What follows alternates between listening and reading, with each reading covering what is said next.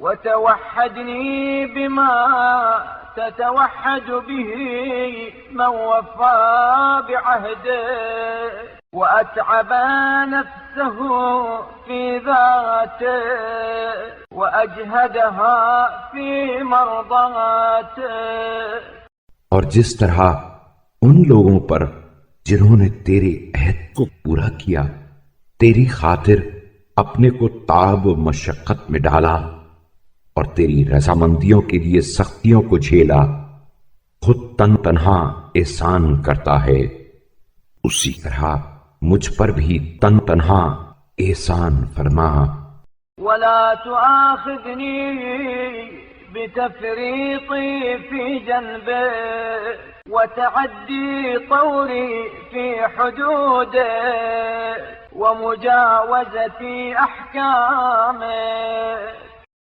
اور تیرے حق میں کوتاہی کرنے، تیرے حدود سے متجاوز ہونے اور تیرے احکام کے پس پشت ڈالنے پر میرا مواخذہ نہ کر.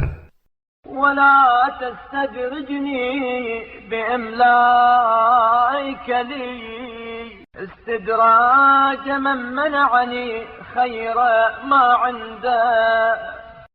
اور مجھے اس شخص کے مہلت دینے کی طرح مہلت دے کر رفتہ رفتہ اپنے عذاب کا مستحق نہ بنا جس نے اپنی بھلائی کو مجھ سے روک لیا.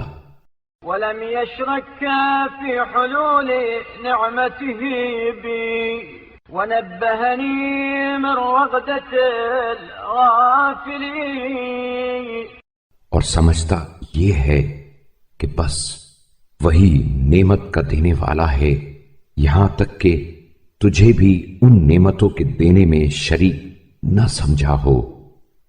مجھے غفلت شعاروں کی نیند وسنة المسرفين ونعسة المخذولين، بے راہ رووں کے خواب اور نصیبوں کی غفلت سے ہوشیار کر دے. وخذ بقلبي إلى ما استعملت به القانتين واستعبدت به المتعبدين. اور میرے دل کو اس راہ عمل پر لگا جس پر تو نے اطاعت گزاروں کو لگایا ہے، اور اس عبادت کی طرف مائل فرما جو عبادت گزاروں سے تو نے چاہی ہے.